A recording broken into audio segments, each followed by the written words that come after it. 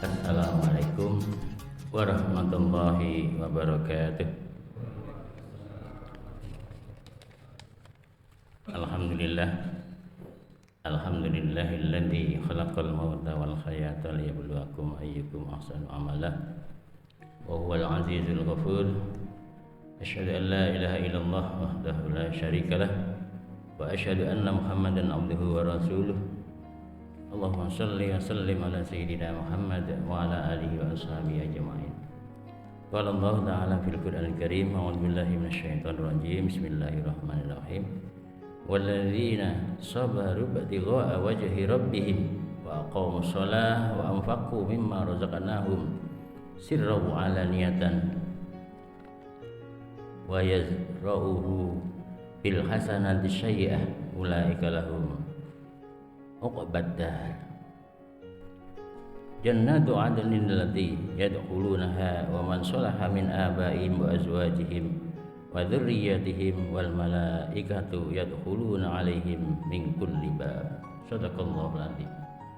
Jamaah rahimakumullah, marilah kita panjatkan puji dan syukur kita kepada Allah Subhanahu wa taala atas limpahan nikmatnya yang tiada terhingga, sehingga Allah masih memberikan kesempatan nikmat sehat pada pagi hari ini, sehingga masih bisa melaksanakan perintah-perintah Allah dengan sebaik-baiknya. Harapan kita semua amaliyah kita selama bulan suci Ramadan diterima oleh Allah Subhanahu wa taala. Amin ya rabbal alamin. Salawat dan salam semoga tetap terlimpahkan kepada kita Nabi Agung Muhammad sallallahu alaihi wasallam, kepada keluarganya, kepada sahabat-sahabatnya, dan mudah-mudahan tiba pula kepada kita. Amin ya rabbal alamin. Jamaah subuh rahimakumullah, pada kesempatan pagi hari ini saya sampaikan surat Ibrahim ayat 22, ayat 23, ayat 24. Ya, mudah-mudahan dari ayat ini kita bisa melihat diri kita, terutama kewajiban kita terhadap Allah, kewajiban kita dalam keseharian, karena itulah utama kita terutama di bulan suci Ramadan ini. Artinya, dan orang-orang yang sabar karena mencari keridhaan Tuhannya. Jadi mencari ridho Allah itu harus dengan sabar. Ridho itu apa? Ridho itu paling gampang itu rela, senang, suka. Jadi bagaimana Allah itu senang kepada kita, bagaimana Allah itu sayang kepada kita, tentu kita harus ibadahnya pun dengan sabar, puasanya dengan sabar, zikirnya dengan sabar, ya. Yaitu dengan cara mendirikan sholat, ya, mendirikan yang tadinya mungkin sholatnya kadang-kadang sholat atau kadang-kadang kurang tepat waktunya. Tentu di sini bisa dilebih kuatkan menegakkan sholat. Di sholat itu bisa tegak. Kenapa harus tegak? Ya, karena sholat itu tiang agama. As-sholatu imaduddin. Sholat itu tiang agama. Manakala tiangnya tegak, maka akan tegak pula amaliyah yang lainnya. Faman aqamaha faqad aqamad-din. Siapa yang menegakkan sholatnya, maka hakikatnya menegakkan Islam, menegakkan agama. Faqad hadamaha faqad hadamad-din. Siapa yang merobohkan sholat berarti merobohkan agama. Jamaah subuh rahimakumullah, dan menafkahkan sebagian rezeki yang kami berikan kepada mereka. Jadi rezeki itu ada bagian orang lain, rezeki itu ada bagian untuk yang membutuhkan. Pak, bagaimana kalau kita dalam arti di bawah garis atau rata-rata menengah ke bawah? Infak itu tidak kenal kaya miskin kalau infak. Tapi kalau zakat itu kewajiban bagi yang memiliki harta lebih, zakat. Jadi menafkahkan sebagian rezeki yang kami berikan kepada mereka, dan kita harus juga berprasangka baik, ya. Apa?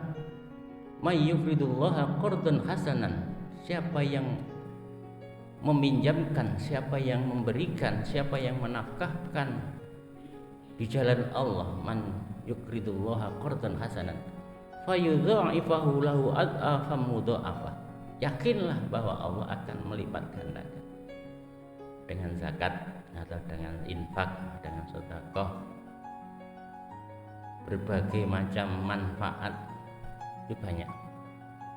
Ada yang sedekah di dalam hadis itu, ada yang sedekah bisa menyembuhkan penyakit, ada yang sedekah itu bisa meluaskan rezeki, ada yang sedekah itu bisa memudahkan segala urusan, macam-macam jemaah sekalian.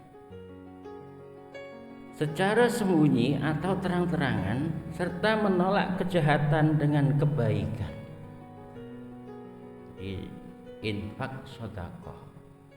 Kalau infak itu di dalam pengertian para ulama itu umum, infak itu. Tapi kalau sedekah, para ulama sudah sepakat sedekah itu jelas. Misalnya sedekah untuk seseorang. Nah, sedekah sama seperti yang paling mudah. Tabassamuka fi wajhi akhika sedekatun, kata Nabi. Senyum kepada saudaramu, jelas kan? Senyum pada saudaramu, senyum pada ketika yang kita ajak salaman, sedekah. Senyum saja sedekah.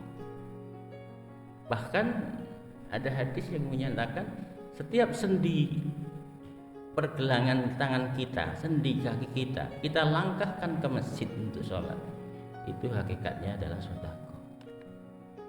Jadi badan kita untuk kebaikan diterangkan di dalam hadis juga sebagai sedekah. Dan menolak kejahatan dengan kebaikan. Nah, ini tuntunan Islam, tuntunan perintah Allah, tolaklah kejahatan dengan kebaikan. Jadi apa ya, ketika orang mencaci kita, bagaimana juga di dalam surat Al-Furqan itu ya, wa idza khatabahumul jahiluna qalu salama. Ketika kamu dijahili orang, dicela orang, dihina orang, balaslah dengan kebaikan. Balaslah dengan kebaikan. Artinya apa? Jangan jelek dibalas jelek, jelek dibalas jelek berarti sama. Ya. Kita dihina orang kemudian kita menghina orang itu berarti sama jeleknya. Nah, ini makanya dituntunkan kalau kita dijeleki orang, balas dengan kebaikan. Minimal, ya Allah, mudah-mudahan dia Engkau ampuni. Ya Allah, mudah-mudahan Engkau beri petunjuk kepada dia. Nah, paling tidak itu. Itu sama dengan orang yang pelit. Orang yang pelit, ya, itu coba sering dikasih. Nah, nanti akan memancing dia tidak pelit gitu ya. Harapannya begitu. Ya, harapannya begitu. Orang-orang itulah yang mendapat tempat kesudahan yang baik. Jadi orang-orang yang tadi, orang-orang yang sabar, orang-orang yang mendirikan sholat, orang-orang yang menafkahkan rezeki, dan orang-orang yang menolak kejahatan dengan kebaikan, itu akan diberikan kesudahan yang baik. Kesudahan yang baik itu bisa akhir hayat seseorang itu menjadi husnul khotimah, bisa ya kesudahan yang baik artinya diberikan kemudahan-kemudahan segala macamnya, ya, misalnya pekerjaannya, misalkan keluarganya, anaknya kuliah, anaknya bekerja, akan diberikan kemudahan-kemudahan. Ini janji Allah di dalam ayat 22. Kemudian ayat 23, jannatu adnin yadkhulunaha wa man shalaha min abaihim wa azwajihim, yaitu surga Aden yang mereka masuk di dalamnya bersama-sama dengan orang-orang yang soleh dari bapak-bapaknya. Ini janji Allah di akhirat kelak. Jadi kuncinya masuk neraka Aden itu tadi itu sabar, kemudian mendirikan sholat. Karena nanti surga-surga yang lain banyak sekali jamaah sekalian.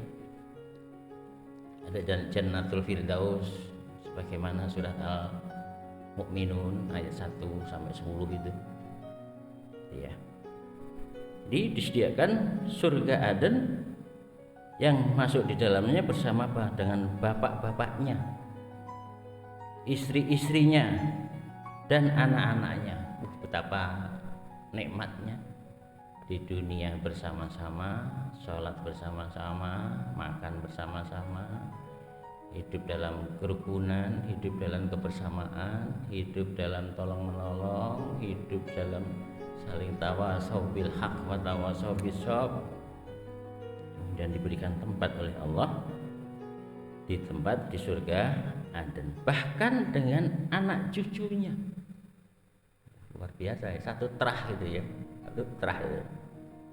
Sedang malaikat-malaikat masuk ke tempat-tempat mereka ya dari semua pintu.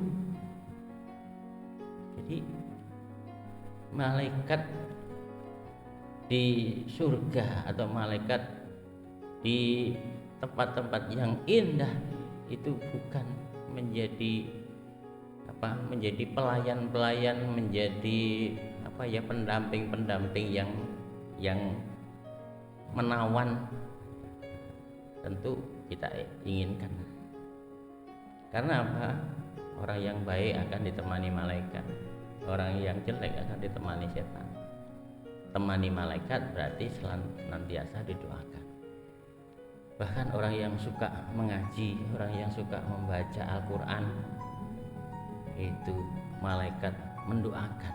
Apalagi di masjid tercinta kita ini, biasakan tadarus. Di atas sana ribuan malaikat mendoakan orang yang sedang mengaji, membaca firman-firman Allah itu. Jamaah subhanakumullah, salamun alaikum bima sabartum fa ni'ma uqbaddar. Sambil mengucapkan, ini para malaikat yang tadi masuk pintu sambil menyambut dengan ucapan salam. Ya, salamun alaikum bima sabartum. Selamat bagi kamu atas kesabaran kamu. Selamat bagi kamu atas kesabaran kamu. Jadi kesabaran ini penting. Maka ada beberapa kunci, ada 5 kunci untuk meraih surga, atau 5 kunci untuk meraih kebahagiaan dunia akhirat. Itu diantaranya sabar, syukur, ya, syukur, berterima kasih pada Allah. Kecil terima kasih, banyak apalagi. Selalu sehat terima kasih, ya. Bisa berjalan terima kasih, terima kasihnya luar biasa. Alhamdulillah. Maka doa yang dituturkan oleh Rasul itu, alhamdulillahilladzi at'amana wa saqona wa ja'alana minal muslimin. Apalagi yang lain adalah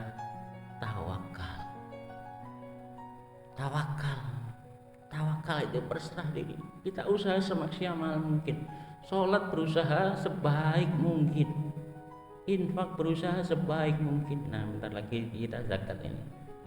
Nah, zakat ini kalau kita zakatkan seperti apa yang kita makan. Kalau yang kita makan harganya 12.000, 12.500, itu yang kita zakatkan. Pak, itu ada harga 10.000, Pak. Jangan. Itu namanya enggak sama dengan yang dia makan. Maka diingatkan oleh hadis Rasulullah, yu'minu ahadukum hatta yuhibba li akhihi ma yuhibba li nafsi. Tidak beriman kamu sementara kamu mengasihi orang lain tidak seperti yang kamu pakai atau yang kamu makan atau yang kamu cintai. Jadi harus sama. Jamaah subhanallah. Apalagi istiqomah. Si kunci kebahagiaan itu istiqomah. Istiqomah apa? Sholat. Istiqomah apa? Infak. Istiqomah apa? Omong yang baik. Istiqomah apa? Zikir. Istiqomah kan itu kunci kebahagiaan. Kemudian yang terakhir, kunci kebahagiaan adalah selalu husnudzon kepada Allah.